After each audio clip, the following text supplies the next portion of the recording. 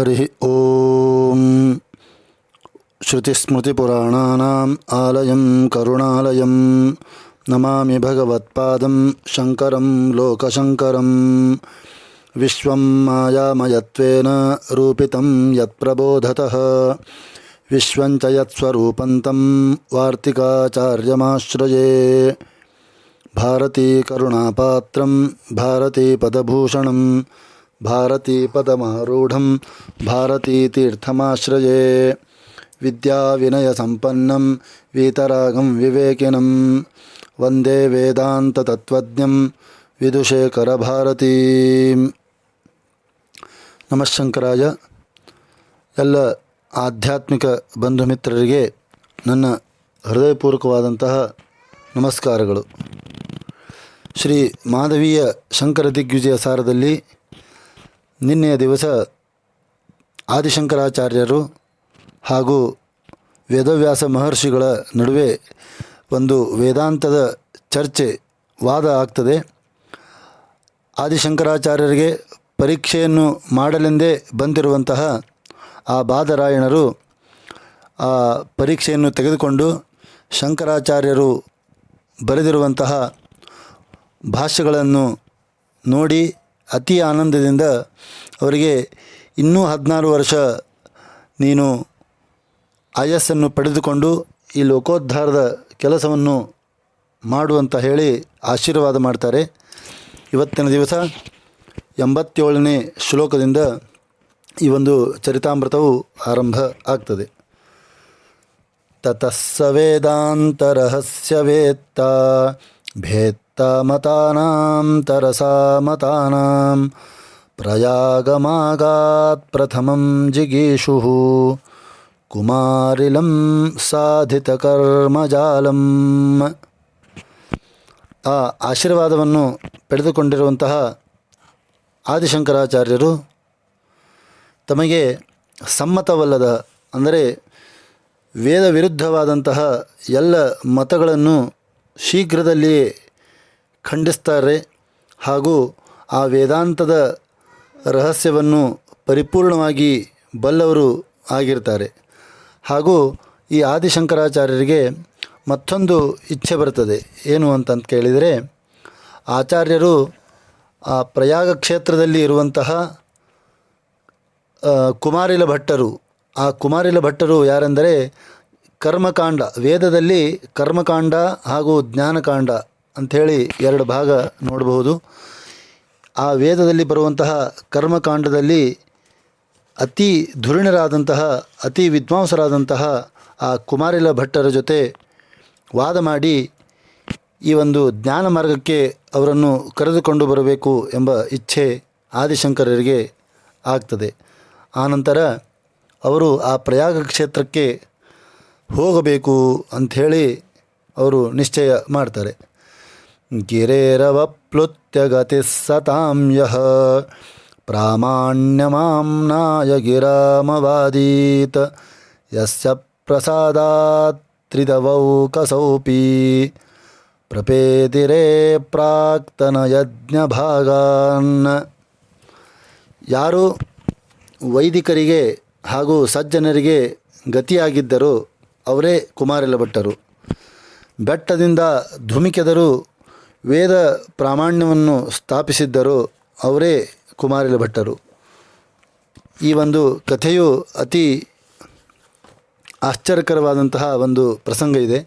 ಏನೆಂದರೆ ಕುಮಾರಿಲ ಭಟ್ಟರು ಒಮ್ಮೆ ಏನಾಗ್ತದಂತಂದರೆ ಬೌದ್ಧ ಗುರುವಿನ ಹತ್ತಿರ ಆ ಬೌದ್ಧ ಸಿದ್ಧಾಂತವನ್ನು ಅಧ್ಯಯನ ಮಾಡೋದಕ್ಕೋಸ್ಕರ ಹೋಗ್ತಾರೆ. ಯಾಕೆ ಹೋಗ್ತಾರೆ ಅಂತ ಕೇಳಿದರೆ, ಆ ಬೌದ್ಧರು ಈ ವೈದಿಕ ಮಾರ್ಗವು ತಪ್ಪಾಗಿದೆ, ವೈದಿಕ ಮಾರ್ಗ ಸುಳ್ಳು ಅಂಥೇಳಿ ಒಂದು ಪ್ರಚಾರ ಮಾಡಿ ಆ ರೀತಿಯಾದಂತಹ ಒಂದು ತಿಳುವಳಿಕೆಯನ್ನು ಜನರಿಗೆ ನೀಡ್ತಾ ಇರ್ತಾರೆ. ಆ ಸಂದರ್ಭದಲ್ಲಿ ಈ ಕುಮಾರಿಲ ಭಟ್ಟರು ಆ ಬೌದ್ಧ ಮತವನ್ನು ಖಂಡನೆ ಮಾಡಬೇಕು. ಆ ಖಂಡನೆ ಹೇಗೆ ಮಾಡಬೇಕು ಅಂತಂದರೆ ತಿಳಿದು ಮಾಡಬೇಕು. ಆದ್ದರಿಂದ ಮೊದಲು ಆ ಕುಮಾರಿಲ ಭಟ್ಟರು ಆ ಬೌದ್ಧ ಮತವನ್ನು ತಿಳಿಯುವುದಕ್ಕಾಗಿ ಅಲ್ಲಿರುವ ಗ್ರಂಥಗಳನ್ನು ಅಧ್ಯಯನ ಮಾಡುವುದಕ್ಕಾಗಿ ಆ ಬೌದ್ಧರ ಗುರುಕುಲಕ್ಕೆ ಹೋಗಿ ಅಲ್ಲಿ ಒಬ್ಬ ಗುರುಗಳ ಬಳಿಯಲ್ಲಿ ಆ ಬೌದ್ಧ ಮತವನ್ನು ಅಧ್ಯಯನ ಮಾಡ್ತಾರೆ. ಅಧ್ಯಯನ ಮಾಡಿ ಆ ಬೌದ್ಧ ಮತದಲ್ಲಿ ಇರುವಂತಹ ಲೋಪದೋಷಗಳನ್ನು ಎತ್ತಿ ತೋರಿಸಿ ವೈದಿಕ ಧರ್ಮವೇ ಶ್ರೇಷ್ಠ ಅಂಥೇಳಿ ಆ ಕುಮಾರಿಲ ಭಟ್ಟರು ಹೇಳಿದಾಗ ಆಗ ಆ ಅವರ ಅನುಯಾಯಿಗಳು ಉಳಿದ ಶಿಷ್ಯಂದರು ಇವರು ಒಂದು ಈ ರೀತಿಯಾದಂತಹ ದುಷ್ಟ ಕೆಲಸವನ್ನು ಮಾಡಿದ್ದಾರೆ, ಆದ್ದರಿಂದ ಇವರಿಗೆ ನಾವು ಶಿಕ್ಷೆಯನ್ನು ಕೊಡಬೇಕು ಅಂತ ಹೇಳಿ ತಿಳಿದು ಅವರನ್ನು ಬೆಟ್ಟದಿಂದ ನೂಕಿ ಬಿಡ್ತಾರೆ. ಆ ನೂಕಿದಾಗಲೂ ಸಹಿತ ಕುಮಾರಿಲ ಭಟ್ಟರು ಯಾವುದೇ ರೀತಿಯಾದಂತಹ ಭಯಪಡದೆ, ಒಂದು ವೇಳೆ ವೇದಗಳು ಪ್ರಮಾಣವೇ ಆಗಿದ್ದರೆ ನನಗೆ ಏನೂ ಆಗುವುದಿಲ್ಲ, ಆ ಭಗವಂತ ನನ್ನನ್ನು ರಕ್ಷಿಸುತ್ತಾನೆ ಅಂಥೇಳಿ ಅವರು ಘೋಷಣೆ ಮಾಡ್ತಾರೆ. ಅದೇ ರೀತಿಯಾಗಿ ಆ ಭಗವಂತನ ಒಂದು ದಯೆಯಿಂದ ಆ ಕುಮಾರಿಲ ಭಟ್ಟರಿಗೆ ಆಗ ಏನೂ ಆಗುವುದಿಲ್ಲ.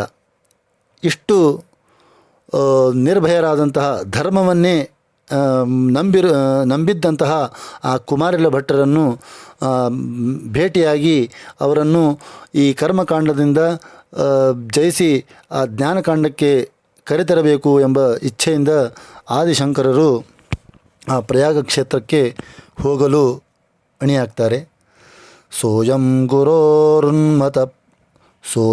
ಗುರೋರುನ್ಮಥನ ಪ್ರಸಕ್ತಂ ಮಹತ್ತರಂ ದೋಷಮಪಾಕರಿಷ್ಣು ಅಶೇಷ ವೇದಾರ್ಥವಿದಾಸ್ತಿಕತ್ವಾತ್ ತುಷಾನಲಂ ಪ್ರಾವಿಶದೇಶಧೀರಃ. ಆದಿಶಂಕರರು ಅವರನ್ನು ಭೇಟಿಯಾಗಬೇಕೆಂದು, ಅಂದರೆ ಕುಮಾರಿಲ ಭಟ್ಟರನ್ನು ಭೇಟಿಯಾಗಬೇಕು, ಅವರ ಜೊತೆ ವಾದ ಮಾಡಬೇಕೆಂದು ತೀರ್ಮಾನಿಸಿದ ತಕ್ಷಣವೇ ಅವರಿಗೆ ಮತ್ತೊಂದು ವಿಷಯ ತಿಳಿಯುತ್ತದೆ. ಏನೆಂದರೆ, ಇಲ್ಲ, ಬೌದ್ಧ ಮತ ತಿಳಿಯುವುದಕ್ಕಾಗಿ ಕುಮಾರಿಲ ಭಟ್ಟರು ಏನು ಬೌದ್ಧ ಮತವನ್ನು ಆ ಗುರುವನ್ನು ಒಂದು ನಿಂದಿಸಿದರು, ಅಂದರೆ ಅವರ ತಪ್ಪುಗಳನ್ನು ಎತ್ತಿ ತೋರಿಸಿದರು, ಇದು ದೋಷವಾಗಿದೆ, ಇದು ಗುರು ದೋಷ ಬಂದಿದೆ ಅಂಥೇಳಿ ತಿಳಿದು ಆ ಕುಮಾರಿಲ ಭಟ್ಟರು ಆ ದೋಷ ಪರಿಹಾರಕ್ಕಾಗಿ ಅವರು ಪ್ರಾಯಶ್ಚಿತ್ತವನ್ನು ಮಾಡಿಕೊಳ್ತಾ ಇದ್ದಾರೆ. ಆ ಪ್ರಾಯಶ್ಚಿತ್ತ ಯಾವುದು ಅಂತ ಕೇಳಿದರೆ, ತುಷಾಗ್ನಿಯನ್ನು ಪ್ರವೇಶಿಸಿ ಅವರು ಪ್ರತಿನಿತ್ಯ ಸ್ವಲ್ಪ ಸ್ವಲ್ಪ ಅಂತಂದರೆ ತಮ್ಮನ್ನು ತಾಪಕ್ಕೆ ಗುರಿ ಮಾಡಿಕೊಂಡು ಅವರು ಜೀವವನ್ನು ಬಿಡಬೇಕೆಂಬ ಪ್ರಾಯಶ್ಚಿತ್ತವನ್ನು ಮಾಡಿದ್ದಾರೆ ಅಂಥೇಳಿ ತಿಳಿಯುತ್ತದೆ. ಇಲ್ಲಿ ತುಷಾಗ್ನಿ ಅಂತಂತಂದರೆ ಆ ಒಂದು ಹೊಟ್ಟಿನ ರಾಶಿ ಸುತ್ತಲೂ ಹಾಕಿಕೊಂಡು ಅದಕ್ಕೆ ಒಂದು ಕಡೆಯಿಂದ ಚಿಕ್ಕದಾಗಿ ಒಂದು ಬೆಂಕಿಯನ್ನು ಹತ್ತಿಸಿದರೆ ಅದು ನಿಧಾನವಾಗಿ ಯಾವ ರೀತಿ ಸುಟ್ಟುಕೊಳ್ತಾ ಬರ್ತದೆಯೋ ಅದೇ ರೀತಿ ಒಳಗೆ ಕುಳಿತಂಥವರು ಸಹಿತ ಅವರು ನಿಧಾನವಾಗಿ ಆ ಶಾಖ ಬಡಿಯುತ್ತಾ ಅವರು ತಮ್ಮ ದೇಹಕ್ಕೆ ಒಂದು ಪ್ರಾಯಶ್ಚಿತ್ತ ಮಾಡಿಕೊಳ್ಳುವುದು ಈ ತುಷಾಗ್ನಿ ಪ್ರವೇಶ ಆಗಿರ್ತದೆ. ಇಂತಹ ಒಂದು ತುಷಾಗ್ನಿ ಪ್ರವೇಶವನ್ನು ಆ ಕುಮಾರಿಲ ಭಟ್ಟರು ಗುರುದ್ರೋಹ ಮಾಡಿದೆ ಅಂಥೇಳಿ ನಿಶ್ಚಯಿಸಿ ಈ ಪ್ರಾಯಶ್ಚಿತ್ತವನ್ನು ಅವರು ತೀರ್ಮಾನಿಸಿರ್ತಾರೆ. ಆದ್ದರಿಂದ ಇಲ್ಲಿ ಕವಿಯು ಆ ಕುಮಾರಿಲ ಭಟ್ಟರನ್ನು ಎಂತಹ ಧೀರರು ಅಂಥೇಳಿ ಇಲ್ಲಿ ಆ ವರ್ಣನೆಯನ್ನು ಮಾಡಿರ್ತಾರೆ. ಶ್ರುತ್ವೇತಿ ತಾಂ ಸತ್ವರಮೇಶ ಗಚ್ಚನ್ ವ್ಯಾಲೋಕಯತ್ತಂ ತುಷರಾಶಿ ಸಂಸ್ಥಂ ಪ್ರಭಾಕರಾದ್ಯೈಃ ಪ್ರತಿಭಪ್ರಭಾವೈಃ ಉಪಸ್ಥಿತಂ ಸಾಶ್ರುಮುಖೈರ್ವಿನೇಯೈಃ. ಈ ಸುದ್ದಿಯನ್ನು ಕೇಳಿದ ತಕ್ಷಣ ಆದಿಶಂಕರಾಚಾರ್ಯರು ಥಟ್ಟನೆ ಎದ್ದು ಬೇಗನೆ ಆ ಕುಮಾರಿಲ ಭಟ್ಟರ ಹತ್ತಿರ ಬರ್ತಾರೆ. ಆ ಕುಮಾರಿಲ ಭಟ್ಟರ ಹತ್ತಿರ ಬಂದ ತಕ್ಷಣವೇ ಅವರು ಈಗಾಗಲೇ ತುಷಾಗ್ನಿಯನ್ನು ಪ್ರವೇಶ ಮಾಡಿರ್ತಾರೆ. ಆ ತುಷಾಗ್ನಿ ಪ್ರವೇಶ ಮಾಡಿದಾಗ ಆ ಕುಮಾರಿಲ ಭಟ್ಟರ ಸುತ್ತಲೂ ಅವರ ಅತ್ಯಂತ ಪ್ರಮುಖ ಶಿಷ್ಯಾದಿಗಳೆಲ್ಲ ನಿಂತಿರ್ತಾರೆ. ಅದರಲ್ಲಿ ಪ್ರಭಾಕರಾದಿ ಅನೇಕ ಮಹಾಮಹಿಮರು ಸಹಿತ ಅಲ್ಲಿ ನಿಂತುಕೊಂಡು ಗುರುಗಳ ಒಂದು ಅವಸ್ಥೆಯನ್ನು, ಅವರ ಪ್ರಾಯಶ್ಚಿತ್ತವನ್ನು ನೋಡಿಕೊಂಡು ಇವರು ಕಣ್ಣೀರು ಸುರಿಸುತ್ತಾ ಅತಿ ದುಃಖದಿಂದ ನಿಂತುಕೊಂಡಿರ್ತಾರೆ. ಆಗ ದೃಷ್ಟ್ವಾ ಭಾಷ್ಯಂ ಹೃಷ್ಟಚೇತಾ ಕುಮಾರಃ ಪ್ರೋಚೇ ವಾಚಂ ಶಂಕರಂ ದೇಶಿಕೇಂದ್ರಂ ಲೋಕೆ ತ್ವಲ್ಪೋ ಮತ್ಸರಗ್ರಾಮಶಾಲಿ ಸರ್ವಜ್ಞಾನೋ ನಾಲ್ಪಭಾವಸ್ಯ ಪಾತ್ರಂ. ಈ ಒಂದು ಘಟನೆಯನ್ನು ನೋಡಿದಾಗ ಆದಿಶಂಕರರು ಆ ಕುಮಾರಿಲ ಭಟ್ಟರ ಜೊತೆ ಮಾತಾಡಿ ತಾವು ಬರೆದಿರುವಂತಹ ಉಪನಿಷತ್ತು, ಗೀತೆ ಹಾಗೂ ಬ್ರಹ್ಮಸೂತ್ರ ಇತ್ಯಾದಿಗಳ ಒಂದು ಭಾಷ್ಯವನ್ನು ಕುಮಾರಿಲ ಭಟ್ಟರ ದೃಷ್ಟಿಗೆ ಅವರು ಹಾಕ್ತಾರೆ. ಅಂದರೆ ಅವರಿಗೆ ನೋಡಲು ಕೊಡ್ತಾರೆ. ಆ ಭಾಷ್ಯವನ್ನು ನೋಡಿದ ತಕ್ಷಣ ಕುಮಾರಿಲ ಭಟ್ಟರಿಗೆ ಅತ್ಯಂತ ಪರಮಾನಂದವಾಗ್ತದೆ. ಆ ಕುಮಾರಿಲ ಭಟ್ಟರು ಸ್ವತಃ ಭೇದವಾದಿಯಾಗಿದ್ದರು. ಅವರು ಈ ಒಂದು ಆದಿಶಂಕರರ ಅದ್ವೈತದ ಒಂದು ಭಾಷ್ಯವನ್ನು ನೋಡಿ ಅತ್ಯಾನಂದದಿಂದ ಅವರು ಸಂತೋಷಪಡುತ್ತಾರೆ.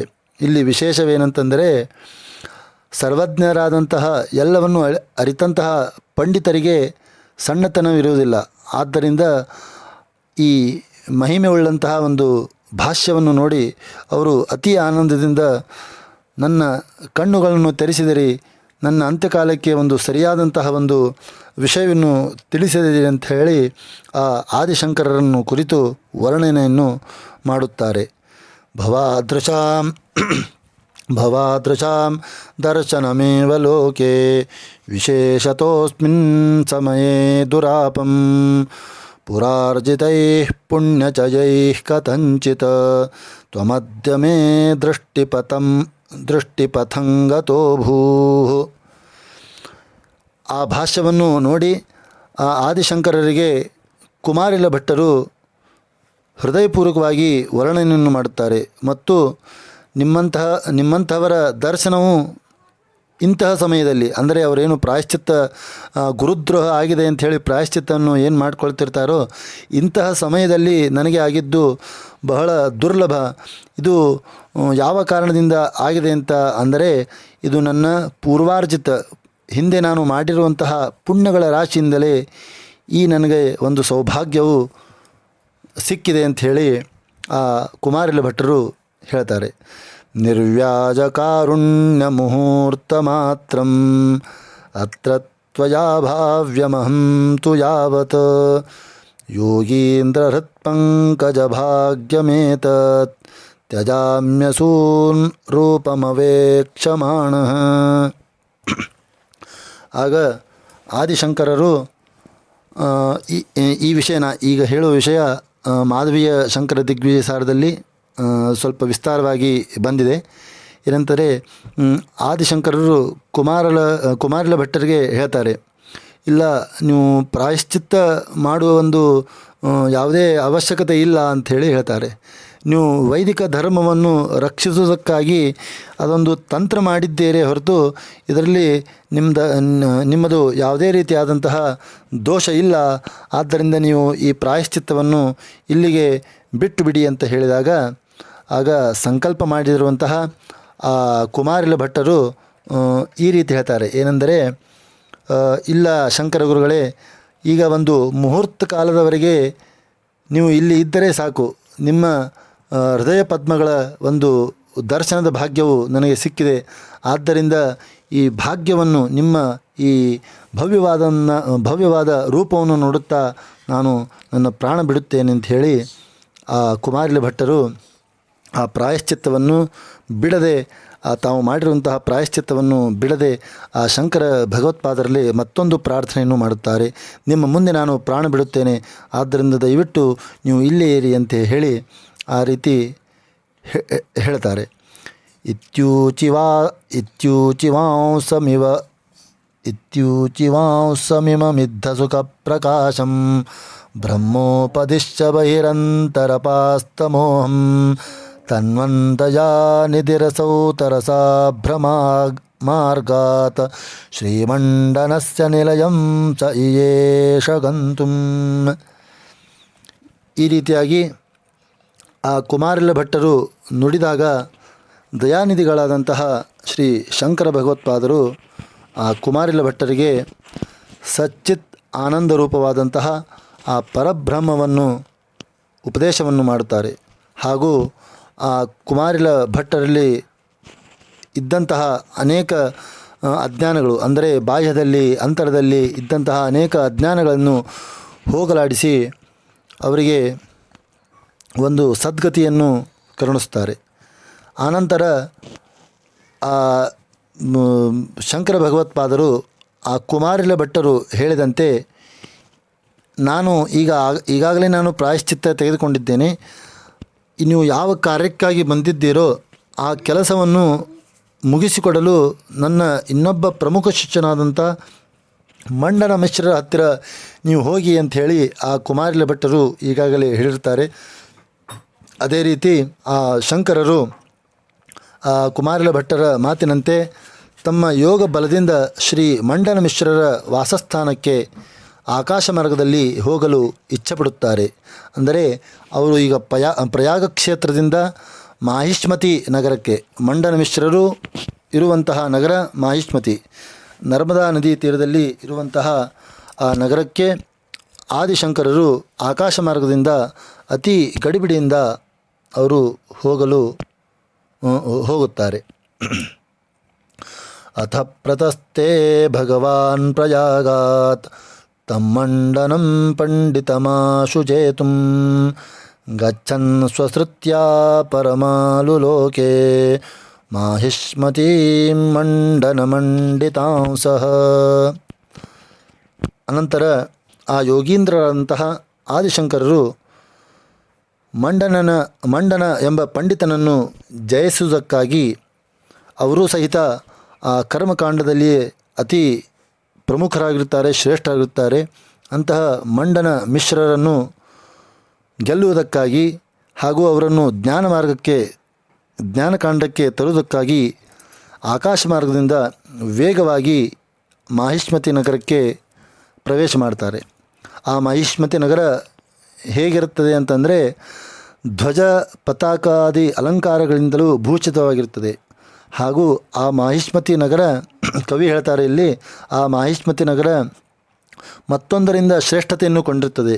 ಏನೆಂದರೆ ಅದೇ ಈ ಮಂಡನ ಮಿಶ್ರರು. ಈ ಮಂಡನ ಮಿಶ್ರರಿಂದಲೂ ಸಹಿತ ಆ ಮಾಹಿಷ್ಮತಿ ನಗರ ಸುಪ್ರಸಿದ್ಧ ಆಗಿರ್ತದೆ ಅಂತ ಹೇಳಿ ಇಲ್ಲಿ ನಾವು ತಿಳ್ಕೋಬಹುದು.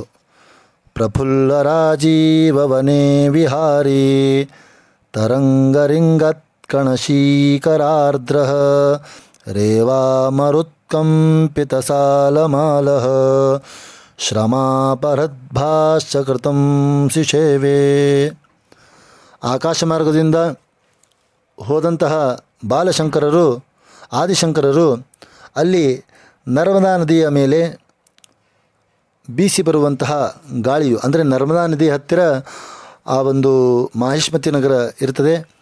ಅಲ್ಲಿ ಈ ಪ್ರಕೃತಿಯ ವರ್ಣನವನ್ನು ಈ ಶ್ಲೋಕದಲ್ಲಿ ಆ ಕವಿ ಮಾಡಿರ್ತಾರೆ. ಏನಂತಂದರೆ ಆ ಪ್ರಕೃತಿಯು ಸಹಿತ ಆದಿಶಂಕರರು ಬಂದಿದ್ದಾರೆ ಅಂಥೇಳಿ ಸಂತೋಷದಿಂದ ಅವರಿಗೆ ಸ್ವಾಗತ ಮಾಡ್ತದಂತೆ.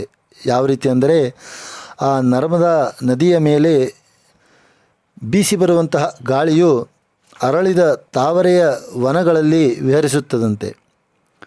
ಆ ಗಾಳಿ ಏನು ಮಾಡ್ತದೆ, ಕಮಲಗಳ ಒಂದು ತೋಟದಿಂದ ಹಾಯ್ದುಕೊಂಡು ಆ ನರ್ಮದಾ ನದಿಯ ಶೀತ ಕಣಗಳಿಂದ ಒದ್ದೆಯಾಗಿ, ಅಂತಂದರೆ ಆ ಗಾಳಿ ಏನಿರ್ತದೆ ಮೊದಲಿಗೆ ಬಿಸಿ ಇರ್ತದಂತೆ. ಆ ಬಿಸಿ ಇದ್ದ ಗಾಳಿ ಕಮಲಗಳ ಒಂದು ವಾಸನೆಯನ್ನು ತೆಗೆದುಕೊಂಡು ನರ್ಮದಾ ನದಿಯ ಒಂದು ಶೀತ ಕಣಗಳನ್ನು ತೆಗೆದುಕೊಂಡು ಸಾಲು ವೃಕ್ಷಗಳನ್ನು ಅಲ್ಲಾಡಿಸುತ್ತಾ ಆಚಾರ್ಯರ ಒಂದು ಆಯಾಸವನ್ನು, ಅಂದರೆ ಆದಿಶಂಕರರು ಪ್ರಯಾಗದಿಂದ ಈ ಮಾಹಿಷ್ಮತಿ ನಗರಕ್ಕೆ ಬರುವಾಗ ಆ ಗುರುಗಳಿಗೆ ಆಯಾಸವಾಗಿದೆ, ಆದ್ದರಿಂದ ನಾನು ಅವರಿಗೆ ಒಂದು ಒಳ್ಳೆಯ ರೀತಿಯಾದಂತಹ ಒಂದು ಉಪಚಾರವನ್ನು ಮಾಡಬೇಕೆಂಬ ಉದ್ದೇಶದಿಂದ ಆ ಪ್ರಕೃತಿ, ಅಂದರೆ ಆ ವಾಯುದೇವನು ಸಹಿತ ಆಚಾರ್ಯರಿಗೆ ಆಯಾಸವನ್ನು ಪರಿಹಾರ ಮಾಡುವುದಕ್ಕಾಗಿ ಅವರಿಗೆ ತಣ್ಣನೆಯ ಒಂದು ಗಾಳಿಯನ್ನು ಬೀಸ್ತದೆ ಅಂಥೇಳಿ ಇಲ್ಲಿ ಕವಿ ಹೇಳ್ತಾರೆ.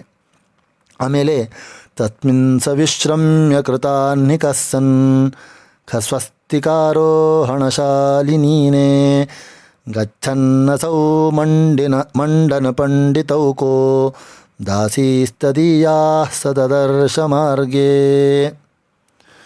ಆಚಾರ್ಯರು ಆ ಮಾಹಿಷ್ಮತಿ ನಗರಕ್ಕೆ ಇಳಿದ ತಕ್ಷಣ ಒಂದು ಉಪವನದಲ್ಲಿ ಸ್ವಲ್ಪ ಕಾಲ ವಿಶ್ರಮಿಸ್ತಾರೆ ಮತ್ತು ಅವರ ಅನುಷ್ಠಾನಗಳನ್ನೆಲ್ಲ ಮುಗಿಸ್ತಾರೆ. ಅಂದರೆ ಅನುಷ್ಠಾನ, ಪ್ರಣವ ಜಪಾದಿ, ನಿತ್ಯಕರ್ಮ ಇತ್ಯಾದಿಗಳನ್ನೆಲ್ಲ ಮುಗಿಸಿದ ನಂತರ ಆ ಸೂರ್ಯನು ನಭೋಮಂಡಲದಲ್ಲಿ ಅಂದರೆ ಆಕಾಶದಲ್ಲಿ ಮಧ್ಯಸ್ಥಳವನ್ನು ಏರಿದಾಗ, ಅಂದರೆ ಮಧ್ಯಾಹ್ನ ಆದಾಗ ಆದಿಶಂಕರರು ಮಂಡನ ಪಂಡಿತನ ಮನೆಗೆ ಹೋಗಬೇಕು ಅಂಥೇಳಿ ಕಾಲು ದಾರಿಯಿಂದ ಅವರು ಹೋಗಲು ಮುಂದಾಗ್ತಾರೆ.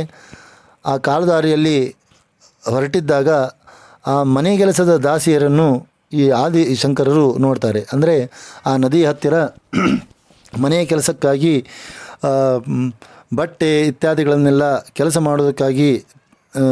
ಕೆಲಸ ಮಾಡುತ್ತಾ ಇರುವಂತಹ ದಾಸಿಯರನ್ನು ನೋಡುತ್ತಾರೆ. ಆಗ ನೋಡಿ ಆ ಸ್ತ್ರೀಯರನ್ನು ಕುರಿತು ಆದಿಶಂಕರರು ಮಂಡನ ಮಿಶ್ರರ ಮನೆ ಎಲ್ಲಿ ಬರುತ್ತೆ ಅಂತ ಕೇಳಿದಾಗ ಈ ರೀತಿಯಾಗಿ ಅವರು ಹೇಳ್ತಾರೆ. ಕುತ್ರಾಲಯೋ ಮಂಡನ ಪಂಡಿತಸ್ಯೇತೇತಾ ಸಪಪ್ರಚ್ಛ ಜಲಾಯ ಗಂತ್ರೀ ತಾಶ್ಚಾಪಿ ದೃಷ್ಟ್ವಾದ್ಭುತ ಶಂಕರಂತಂ ಸಂತೋಷವತ್ಯೋ ದದುರುತ್ತರಂ ಸ್ಮ. ಈ ರೀತಿಯಾಗಿ ಆ ಹೆಣ್ಣು ಮಕ್ಕಳಿಗೆ ಪ್ರಶ್ನೆ ಮಾಡಿದಾಗ ಅವರು ಸಂತೋಷ ಪಡ್ತಾರಂತೆ. ಆದಿಶಂಕರನ್ನು ನೋಡಿ ಸಂತೋಷ ಪಡುತ್ತಾ ಈ ರೀತಿಯಾಗಿ ಉತ್ತರಿಸ್ತಾರೆ. ಸ್ವತಃ ಪ್ರಮಾಣಂ ಪರತಃ ಪ್ರಮಾಣಂ ಕೀರಾಂಗನ ಯತ್ರ ಗಿರಂಗಿರಂತೆ ದ್ವಾರಸ್ಥ ನೀಡಾಂತರ ಸನ್ನಿರುದ್ಧ ಜಾನೀಹಿ ತನ್ಮಂಡನ ಪಂಡಿತೌಕಃ. ಆ ದಾಸಿಯರು ಹೇಳ್ತಾರೆ ಏನೆಂದರೆ, ಹೀಗೆ ಹೋಗಿ ಇದೇ ರೀತಿಯಾಗಿ ಇದೇ ಮಾರ್ಗದಲ್ಲಿ ನೀವು ಹೋಗಿದ್ದೆ ಆದರೆ ಅಲ್ಲಿ ಒಂದು ದೊಡ್ಡದಾದ ಮನೆ ಬರುತ್ತದೆ. ಆ ಮನೆಯ ಎದುರಿಗೆ ಆ ಗಿಳಿಗಳು ಪಂಜರದಲ್ಲಿ ತೂಗು ಹಾಕಿದ್ದಾರೆ. ಹಾಗೂ ಅದರಲ್ಲಿರುವ ಆ ಗಿಳಿಗಳಲ್ಲಿ ಒಂದು ಹೆಣ್ಣು ಗಿಳಿ ವಾದ ಮಾಡ್ತಾ ಇರ್ತದೆ, ಅಂದರೆ ಚರ್ಚೆ ಮಾಡ್ತಾ ಇರ್ತದೆ. ಏನಂತಂದರೆ ಸ್ವತಃ ಪ್ರಮಾಣಂ ಪರತಃ ಪ್ರಮಾಣಂ ಅಂತಂದರೆ ವೇದಾಂತದ ಬಗ್ಗೆ ಆ ಗಿಳಿಗಳು ಚರ್ಚೆ ಮಾಡುತ್ತಾ ಕೂಗ್ತಾ ಇರ್ತವೆ. ಎಲ್ಲಿ ಆ ಕೂಗು ನಿಮಗೆ ಕೇಳಿಸ್ತದೆಯೋ ಅದೇ ಆ ಮಂಡನ ಮಿಶ್ರ ಪಂಡಿತರ ಮನೆ ಎಂದು ತಿಳಿಯಿರಿ ಅಂಥೇಳಿ ಒಬ್ಬ ಮಹಿಳೆ ಅಲ್ಲಿ ಹೇಳ್ತಾರೆ. ಫಲಪ್ರದಂ ಕರ್ಮ ಫಲಪ್ರದೋಜಃ ಕೀರಾಂಗನ ಯತ್ರ ಗಿರಂಗಿರಂತಿ ದ್ವಾರಸ್ಥ ನೀಡಾಂತರ ಸನ್ನಿರುದ್ಧ ಜಾನೀಹಿ ತನ್ಮಂಡನ ಪಂಡಿತೌಕಃ. ಆಗ ಮತ್ತೊಬ್ಬ ಮಹಿಳೆ ಹೇಳ್ತಾಳೆ, ಯಾವ ಮನೆ ಬಾಗಿಲಲ್ಲಿ ಆ ಪಂಜರದೊಳಗಿರುವ ಗಿಳಿಗಳು ಮಾತಾಡ್ತಿರ್ತವೆ, ಚರ್ಚೆ ಮಾಡ್ತಾ ಇರ್ತವೆ. ಏನಂತಂದರೆ ನಮಗೆ ಫಲವನ್ನು ಕೊಡತಕ್ಕದ್ದು ಕರ್ಮ ಅಂಥೇಳಿ ಒಂದು ಗಿಳಿ ಹೇಳ್ತಾ ಇರ್ತದೆ, ಮತ್ತೊಂದು ಗಿಳಿ ಇಲ್ಲ ಫಲವನ್ನು ಕೊಡ್ತಕ್ಕದ್ದು ಈಶ್ವರ ಎಂಬ ಯಾವ ಗಿಳಿಗಳು ಚರ್ಚೆಯನ್ನು ಮಾಡುತ್ತಾ ಇರ್ತವೆಯೋ, ಯಾವ ಮನೆಯಲ್ಲಿ ಚರ್ಚೆ ಮಾಡ್ತಾ ಇರ್ತವೆಯೋ ಅದೇ ಆ ಮಂಡನ ಮಿಶ್ರರ ಪಂಡಿತರ ಮನೆ ಎಂದು ತಿಳಿಯಿರಿ ಅಂಥೇಳಿ ಮತ್ತೊಬ್ಬ ಮಹಿಳೆ ಹೇಳ್ತಾಳೆ. ಜಗದ್ಧ್ರುವಂ ಸ್ಯಾತ್ ಜಗದಧ್ರುವಂ ಸ್ಯಾತ್ ಕೀರಾಂಗನ ಯತ್ರ ಗಿರಂಗಿರಂತಿ ದ್ವಾರಸ್ಥ ನೀಡಾಂತರ ಸನ್ನಿರುದ್ಧ ಜಾನೀಹಿ ತನ್ಮಂಡನ ಪಂಡಿತೌಕಃ.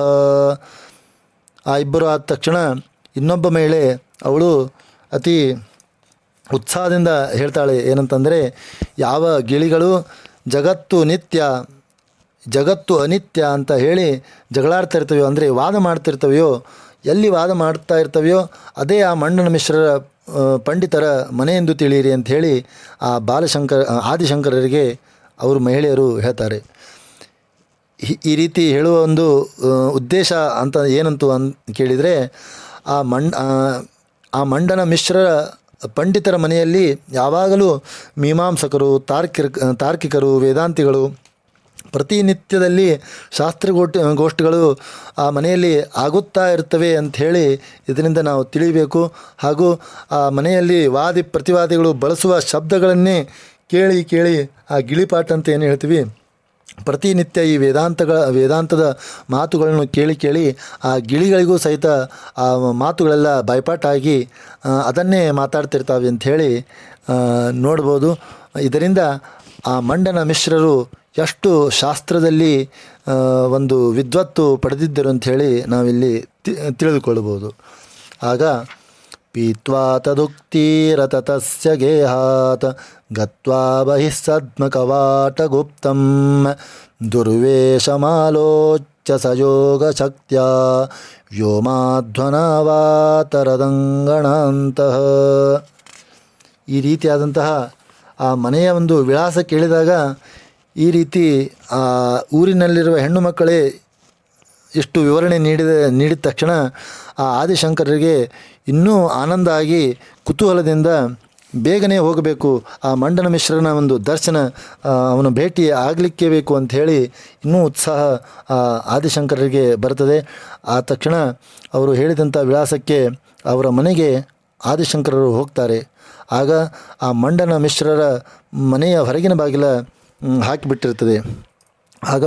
ಆಗ ಆದಿಶಂಕರರು ತಮ್ಮ ಯೋಗ ಶಕ್ತಿಯಿಂದ ಆಕಾಶ ಮಾರ್ಗವಾಗಿ ಮೇಲೆ ಹೋಗಿ ಆಕಾಶ ಮಾರ್ಗದಿಂದ ಒಂದು ಭವನದ ಒಳಾಂಗಣದಲ್ಲಿ ಅವರು ಏನು ಮಾಡ್ತಾರೆ, ಇಳಿತಾರೆ.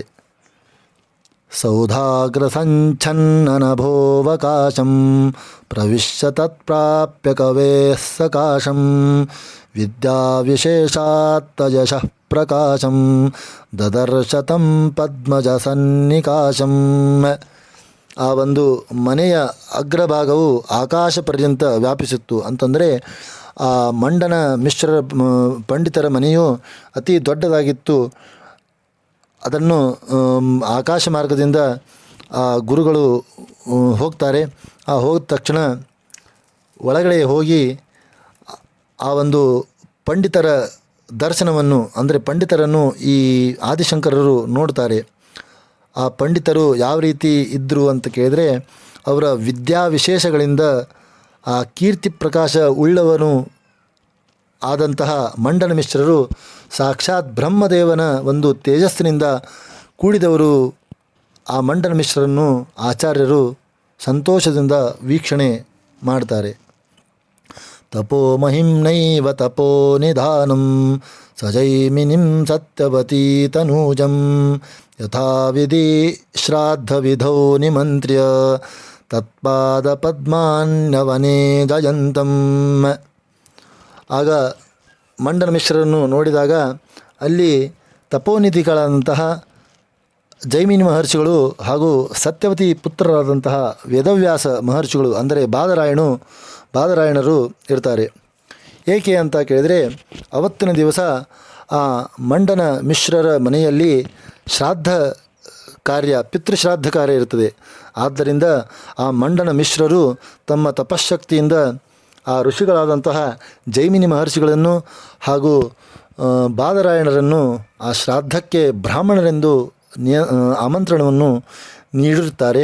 ಹಾಗೂ ಆ ಶ್ರಾದ್ದ ಕಾರ್ಯದಲ್ಲಿ ಆ ಯಥಾವಿಧಿಯಾಗಿ ಬರುವಂತಹ ಪಾದಪ್ರಕ್ಷಾಲನೆಯ ಸಮಯದಲ್ಲಿ ಆ ಮಂಡನ ಮಿಶ್ರರು ಶ್ರೀ ಶಂಕರ ಭಗವತ್ಪಾದರನ್ನು ನೋಡ್ತಾರೆ.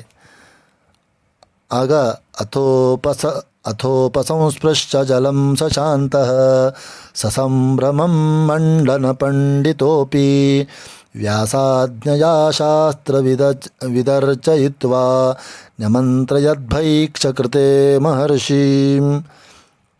ಆಗ ಸೌಮ್ಯರಾದಂತಹ ಮಂಡನ ಪಂಡಿತರು ಗಡಿಬಿಡಿ ಮಾಡುತ್ತಾ ಪಾದಪ್ರಕ್ಷಾಲನೆ, ಆ ಬ್ರಾಹ್ಮಣರ ಪಾದಪ್ರಕ್ಷಾಲನೆ ಆದ ನಂತರ ಗಡಿಬಿಡಿಯಿಂದ ಜಲದಿಂದ ಆಚಮನವನ್ನು ಮಾಡ್ತಾರೆ. ಹಾಗೂ ಆ ಶಾಸ್ತ್ರಜ್ಞರಾದಂತಹ ಆ ಮಂಡನ ಪಂಡಿತರು ವ್ಯಾಸ ಮಹರ್ಷಿಗಳ ಆಜ್ಞೆಯಂತೆ ಶಂಕರರನ್ನು ಭಿಕ್ಷೆಗೆ ಆಮಂತ್ರಣ ನೀಡ್ತಾರೆ. ಈ ಮಾಧವೀಯ ಶಂಕರ ವಿಜಯದಲ್ಲಿ 16 ಸರ್ಗಗಳನ್ನು ಒಳಗೊಂಡಂತಹ ಮಾಧವೀಯ ಶಂಕರ ದ್ವಿಗ್ವಿಜಯದಲ್ಲಿ ನಾವು ನೋಡಿದ್ದೇ ಆದರೆ, ಶಂಕರರು ಮಂಡನ ಮಿಶ್ರರ ಒಂದು ದರ್ಶನ ಮಾಡ್ತಾರೆ, ಮಂಡನ ಮಿಶ್ರರು ಶಂಕರಾಚಾರ್ಯರ ದರ್ಶನ ಮಾಡ್ತಾರೆ. ಆಗ ಆ ಇಬ್ಬರ ನಡುವೆ ಕೆಲವೊಂದು ವಾದಗಳು ಆಗ್ತವೆ. ಆ ವಾದಗಳನ್ನೆಲ್ಲ ಆದ ನಂತರ ವೇದವ್ಯಾಸ ಮಹರ್ಷಿಗಳು ಮಂಡನ ಮಿಶ್ರರಿಗೆ ಹೇಳ್ತಾರೆ, ಇಲ್ಲ, ಇವತ್ತು ಶ್ರಾದ್ದ ಕರ್ಮ ಇದೆ, ಆದ್ದರಿಂದ ಕೋಪಿಸಿಕೊಳ್ಳುವಂತಿಲ್ಲ. ಆದ್ದರಿಂದ ಈ ಸನ್ಯಾಸಿ ಬಂದಿದ್ದಾರೆ, ಈ ಸನ್ಯಾಸಿಗೆ ನೀನು ಆಮಂತ್ರಣವನ್ನು ಕೊಡಬೇಕು ಅಂಥೇಳಿ ಆ ವೇದವ್ಯಾಸ ಮಹರ್ಷಿಗಳು ಮಂಡನ ಮಿಶ್ರರಿಗೆ ಹೇಳ್ತಾರೆ. ಆ ಆಜ್ಞೆಯಂತೆ ಆ ಮಂಡನ ಮಿಶ್ರರು ಶಂಕರರನ್ನು ಭಿಕ್ಷೆಗೆ ಬರಬೇಕೆಂದು ಪ್ರಾರ್ಥನೆಯನ್ನು ಮಾಡ್ತಾರೆ. ಆಗ ಆದಿಶಂಕರರು ಈ ರೀತಿ ಹೇಳ್ತಾರೆ, ಏನೆಂದರೆ ಸಚಾ ಬ್ರವೀತ್ ಸೌಮ್ಯ ವಿವಾದ ಭಿಕ್ಷಾಂ ಇಚ್ಛನ್ ಭವತ್ಸನ್ನಿಧಿಮಾಗತೋಸ್ಮಿ ಸಾನ್ಯೋನ್ಯ ಶಿಷ್ಯತ್ವಪಣಾ ಪ್ರದೇಯ ನಾಸ್ತ್ಯಾದರಃ ಪ್ರಾಕೃತ ಭಕ್ತ ಭೈಕ್ಷೇ. ಆ ಊಟಕ್ಕೆ ಬರಬೇಕಂಥೇಳಿ, ಭಿಕ್ಷೆಗೆ ಬರಬೇಕಂಥೇಳಿ ಆಮಂತ್ರಣ ನೀಡಿದಾಗ ಆದಿಶಂಕರಾಚಾರ್ಯರು ಮಂಡನ ಮಿಶ್ರರಿಗೆ ಹೇಳ್ತಾರೆ, ಸೌಮ್ಯ ಪಂಡಿತ, ನಾನು ಶಾಸ್ತ್ರದಲ್ಲಿಯ ವಾದ ಭಿಕ್ಷೆಗೆ ಬಯಸಿ ಬಂದಿದ್ದೇನೆ. ಈ ಒಂದು ಅನ್ನದ ಭಿಕ್ಷೆಗಾಗಿ ನಾನು ಬಂದಿಲ್ಲ. ಆದ್ದರಿಂದ ಈ ನನ್ನ ವಾದ ಭಿಕ್ಷೆಗೆ ನನ್ನನ್ನು ಕರಿ. ವಾದದಲ್ಲಿ ಸೋತವನು ಗೆದ್ದವನಿಗೆ ಶಿಷ್ಯನಾಗಬೇಕೆಂದು ಪಣವಿಡಬೇಕು. ಹಾಗೂ ಈ ಅನ್ನದ ಭಿಕ್ಷೆಯಲ್ಲಿ ನನಗೆ ಯಾವ ರೀತಿಯಾದಂತಹ ಆದರವಿಲ್ಲ ಅಂಥೇಳಿ ಆದಿಶಂಕರಾಚಾರ್ಯರು ತಮ್ಮ ಮನೋವೇಗವನ್ನು ವ್ಯಕ್ತಪಡಿಸುತ್ತಾರೆ. ಅದಾದ ನಂತರ ಮಮನ ಕಿಂಚಿದಪಿ ಧ್ರುವಮೀಪ್ಸಿತಂ ಶ್ರುತಿಶಿರಃ ಪಥ ವಿಸ್ತೃತಿಮಂತರ ಅವಹಿತೇನ ಮಕೇಶ್ವವಧೀರಿತಃ ಸ ಭವತಾಪಹಿ ಮದ್ಯುತಿ. ಆಗ ವೇದಾಂತ ಮಾರ್ಗವನ್ನು ವಿಸ್ತರಿಸುವುದರ ಹೊರತಾಗಿ ಬೇರೆ ಯಾವುದೂ ನನಗೆ ಬೇಕಾಗಿಲ್ಲ ಅಂಥೇಳಿ ಆದಿಶಂಕರರು ಮತ್ತೊಂದು ಮಾತನ್ನು ಹೇಳ್ತಾರೆ. ಅಂದರೆ ಈ ಒಂದು ಸಂಸಾರದಲ್ಲಿರುವ ಯಾವುದೇ ಸುಖವು ನನಗೆ ಬೇಕಾಗಿಲ್ಲ. ವೇದಾಂತದ ಮಾರ್ಗ, ಉಪನಿಷನ್ ಮಾರ್ಗ ಏನಿದೆ ಅದರ ಒಂದು ವಿಸ್ತಾರ ಮಾಡೋದಕ್ಕಾಗಿ ನಾನು ಬಂದಿದ್ದೇನೆ ಅಂಥೇಳಿ ಅವರು ಹೇಳ್ತಾರೆ. ಮತ್ತು ಸಂಸಾರದ ತಾಪವನ್ನು ಪೂರ್ಣಚಂದ್ರನಂತೆ ಪರಿಹಾರ ಮಾಡಿದ್ದು ಅದು ಯಾವುದೋ ಒಂದು ಇದ್ದದ್ದಾದರೆ ಅದು ವೇದಾಂತ. ಇದನ್ನು ಬಿಟ್ಟು ಬೇರೆ ಯಾವುದೂ ಇಲ್ಲ. ಆದ್ದರಿಂದ ನೀ ಏನು ಮಾಡ್ತಾ ಇದ್ದೀಯಾ ಅಂತಂದರೆ ಯಜ್ಞ ಕರ್ಮಗಳಲ್ಲಿ ಪ್ರಸಕ್ತನಾಗಿ ಈ ಉಪನಿಷತ್ ಮಾರ್ಗವನ್ನು, ಈ ವೇದಾಂತವನ್ನು ತಿರಸ್ಕಾರ ಮಾಡಿದ್ದೀಯಾ. ಆದ್ದರಿಂದ ನನಗಿದೇನೂ ಬೇಡ, ನೀನು ವೇದಾಂತದ ಭಿಕ್ಷೆಯನ್ನು ನನಗೆ ನೀಡು ಅಂತ ಹೇಳಿ ಆ ಶಂಕರ ಭಗವತ್ಪಾದರು ಹೇಳ್ತಾರೆ. ಜಗತಿ ಸಂಪ್ರತಿತಂ ಪ್ರಥಯಾಮ್ಯಹಂ ಸಮಭಿಭೂಯ ಸಮಸ್ತ ವಿವಾದಿನಂ ತ್ವಮಪಿ ಸಂಶ್ರಯ ಮೇ ಮತಮುತ್ತಮಂ ವದವಾಸ್ಮಿ ಜಿತಸ್ತ್ವಿತಿ. ಈಗಲಾದರೂ ನಾನು ಸಮಸ್ತ ಪ್ರತಿವಾದಿಗಳನ್ನು ಜಯಿಸಿ ಉಪನಿಷನ್ ಮಾರ್ಗವನ್ನು ಹರಡುವುದಕ್ಕಾಗಿ ಉದ್ಯುಕ್ತನಾಗಿದ್ದೇನೆ ಅಂಥೇಳಿ ಶಂಕರರು ಹೇಳ್ತಾರೆ. ಅಂದರೆ ಅವರು ಭಾಷ್ಯವನ್ನು ರಚಿಸಿ ವೇದವ್ಯಾಸ ಮಹರ್ಷಿಗಳ ಒಂದು ಆಜ್ಞೆಯಂತೆ ಅವೈದಿಕ ಮಾರ್ಗ ಯಾವುದ್ಯಾವುದಿತ್ತೋ ಅದನ್ನೆಲ್ಲ, ಆ ಪ್ರತಿವಾದಿಗಳನ್ನೆಲ್ಲ ಜಯಿಸಿ ಉಪನಿಷದ್ ಮಾರ್ಗವನ್ನು, ವೇದಾಂತವನ್ನು, ಅದ್ವೈತ ವೇದಾಂತವನ್ನು ಜಗತ್ತಿನಲ್ಲಿ ಪ್ರಸಾರ ಮಾಡುವುದಕ್ಕಾಗಿ ನಾನು ಉದ್ಯುಕ್ತನಾಗಿದ್ದೇನೆ. ಆದ್ದರಿಂದ ಈಗ ಕೆಲವೇ ಕ್ಷಣಗಳ ಹಿಂದೆ ನಿಮ್ಮ ಗುರುಗಳಾದ ಕುಮಾರಿಲ ಭಟ್ಟರನ್ನು ಸಹಿತ ನಾನು ಭೇಟಿಯಾಗಿ ಬಂದಿದ್ದೇನೆ ಅಂಥೇಳಿ ಹೇಳಿದಾಗ, ನೀನೂ ಸಹ ಶ್ರೇಷ್ಠವಾದ ಈ ನನ್ನ ಸಿದ್ಧಾಂತವನ್ನು ಅಂಗೀಕಾರ ಮಾಡು ಅಂಥೇಳಿ ಮಂಡನ ಮಿಶ್ರರಿಗೆ ಮತ್ತೊಂದು ಮಾತನ್ನು ಆದಿಶಂಕರರು ಹೇಳ್ತಾರೆ. ಮತ್ತು ಈ ನನ್ನ ಸಿದ್ಧಾಂತವನ್ನು ನೀನು ಸ್ವೀಕಾರ ಮಾಡು, ಇಲ್ಲ ಅಂತಂದರೆ ನನ್ನ ಜೊತೆ ವಾದ ಮಾಡು. ಆ ವಾದಕ್ಕೂ ನೀನು ತಿರಸ್ಕಾರ ಮಾಡಿದರೆ ಮೊದಲಿಗೆ ಹೇಳಿಬಿಡು, ಸೋತೆನೆಂದು ಹೇಳು ಅಂಥೇಳಿ ಆ ಆದಿಶಂಕರರು ಈ ಒಂದು ಮಾತನ್ನು ಆ ಮಂಡನ ಮಿಶ್ರರ ಮುಂದೆ ಹೇಳ್ತಾರೆ. ನಾಳೆಯ ದಿವಸ ಆ ಮಂಡನ ಮಿಶ್ರರು ಯಾವ ರೀತಿಯಾಗಿ ಆದಿಶಂಕರರ ಜೊತೆ ವಾದವನ್ನು ಮಾಡ್ತಾರೆ ಅಂಥೇಳಿ ಮುಂದಿನ ಒಂದು ಈ ಶಂಕರ ದಿಗ್ವಿಜಯ ಸಾರದ ಚರಿತ್ರೆಯನ್ನು ನಾವು ನೋಡೋಣ. ಹರಿ ಓಂ.